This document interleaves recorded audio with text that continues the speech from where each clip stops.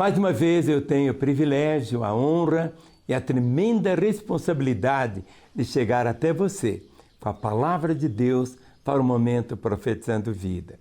Tenho orado e suplicado que Deus me conceda a palavra para o seu coração, mas não simplesmente para encher a sua cabeça, mas ser a resposta que você está tanto buscando.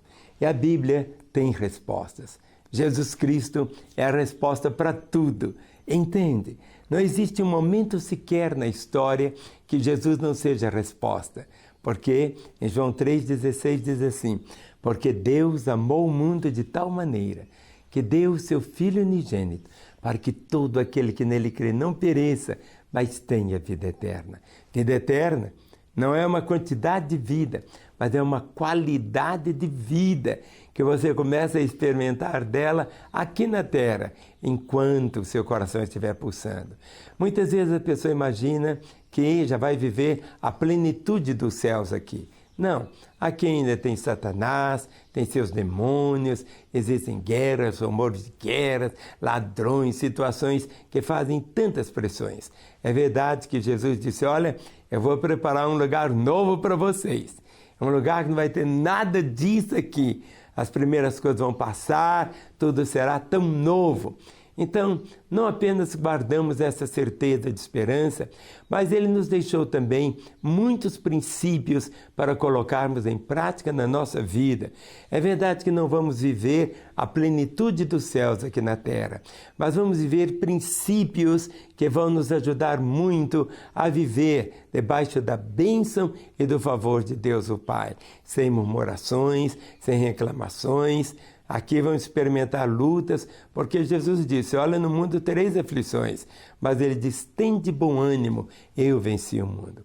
Por isso, quero ler para você hoje um texto que está aqui, em Abacuque, capítulo de número 3, os versos 17 até o 19, que mostram de uma maneira assim, bem clara, o que nós passamos aqui no mundo, que não estamos assim isentos das aflições, nem tampouco isentos das tentações. Nosso corpo ainda não foi glorificado, nosso corpo ainda pode adoecer, nosso corpo envelhece, nossos dentes caem, compreende? Estamos vivendo. Mas quando olhamos o que diz a palavra, há um alento na nossa história e há uma paz também. O texto que eu vou ler hoje foi escrito há tantos anos, mas o grito de Abacuque repercute até hoje, principalmente naqueles momentos quando você olha para um lado, olha para o outro e parece dizer: e agora? Principalmente nesses dias da pandemia, quantas perguntas chegam, quantas lágrimas são derramadas, quantos túmulos são abertos. Não é assim? Situações e mais situações estão acontecendo. Mas olha o que diz aqui a palavra. Diz assim: ainda que a figueira não floresça, nem haja fruto na vide, o produto da oliveira minta, e os campos não produzam mantimento, as ovelhas sejam arrebatadas do aprisco, e nos currais não haja gado. Todavia, eu me alegro no Senhor, exulto no Deus da minha salvação. O Senhor Deus é a fortaleza o Senhor Deus é a minha fortaleza, e faz os meus pés como os da corça, e me faz andar altaneiramente. Sabe o que é andar altaneiramente? É andar de cabeça alta, cabeça erguida. Aquela cabeça não assim olhando para baixo.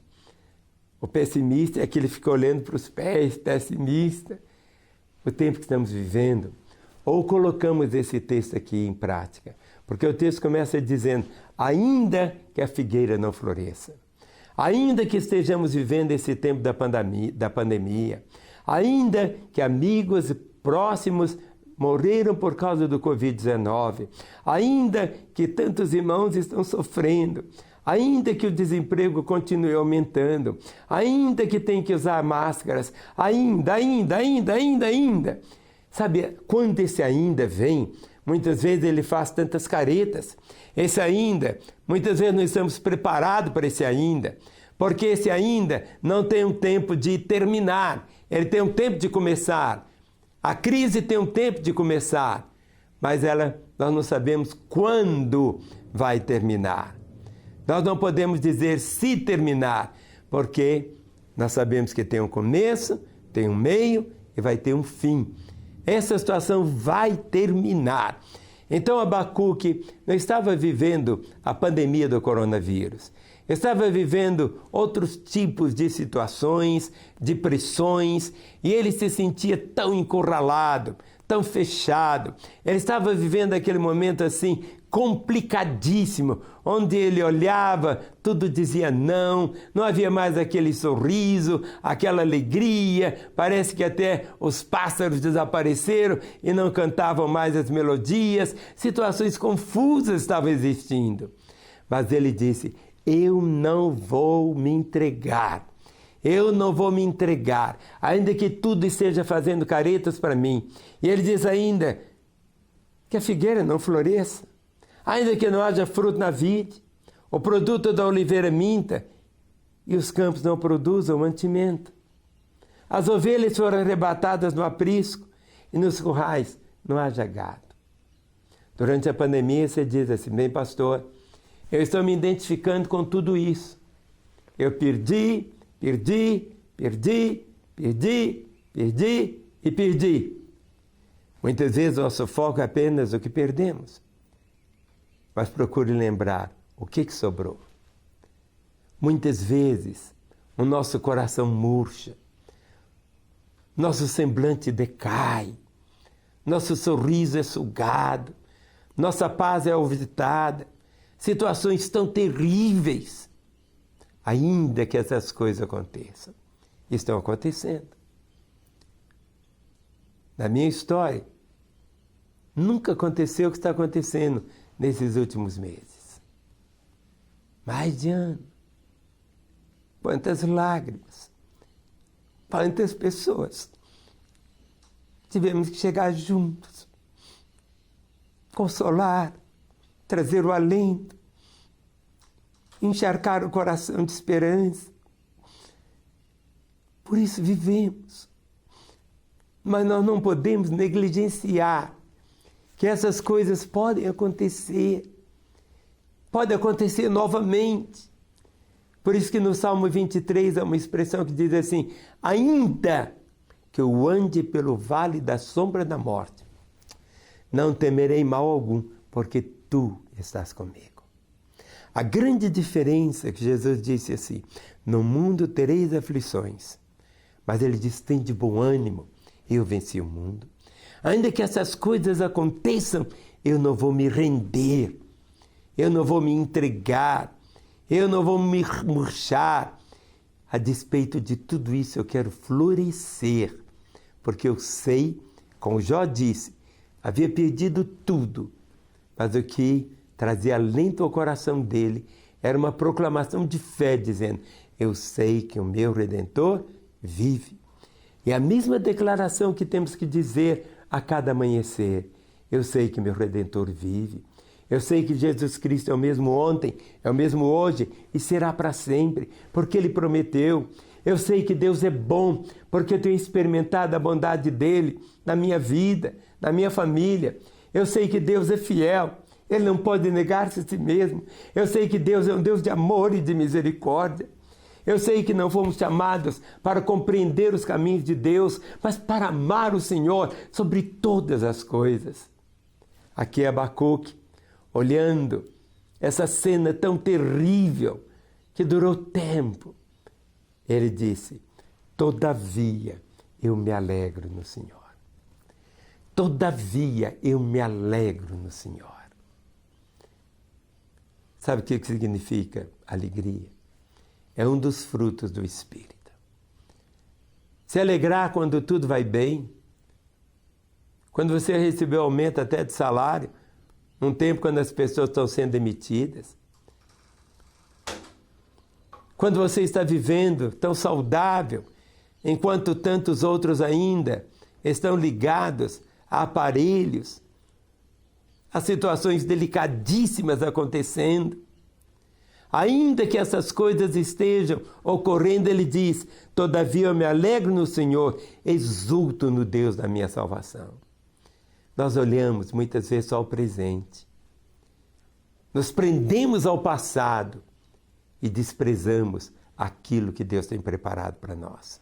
As Escrituras dizem que aquilo que os nossos olhos nunca viram, nossos ouvidos nunca ouviram, nem tampouco chegou ao nosso coração, é o que Ele tem preparado para aqueles que o amam. É o que Ele tem preparado para aqueles que o amam. O que conta na vida não é simplesmente a nossa peregrinação de tão poucos dias sobre a face da terra, mas como vivemos cada dia. Por isso Ele diz assim: o Senhor Deus é a minha fortaleza. O Senhor Deus é a minha fortaleza. Não viva pela fé do outro. Da mesma maneira como você não pode tomar uma vacina no lugar do outro, é você que tem que tomar a vacina. Não é o outro que vai tomar no seu lugar. Você pode até falsificar a carteirinha de vacinação, mas significa que você foi vacinado? Não. Assim também você não pode viver pela fé do outro.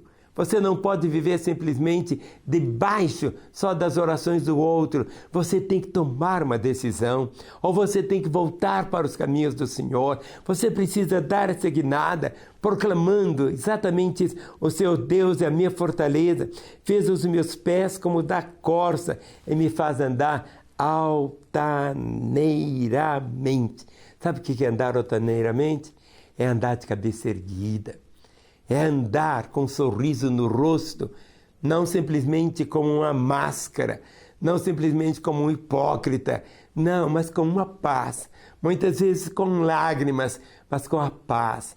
Uma paz que só Deus pode dar. Jesus Cristo, um dos nomes dele é esse. Ele é conhecido como o príncipe da paz. Antes dele ascender aos céus, ele disse: deixe-vos a paz. A minha paz eu vos dou.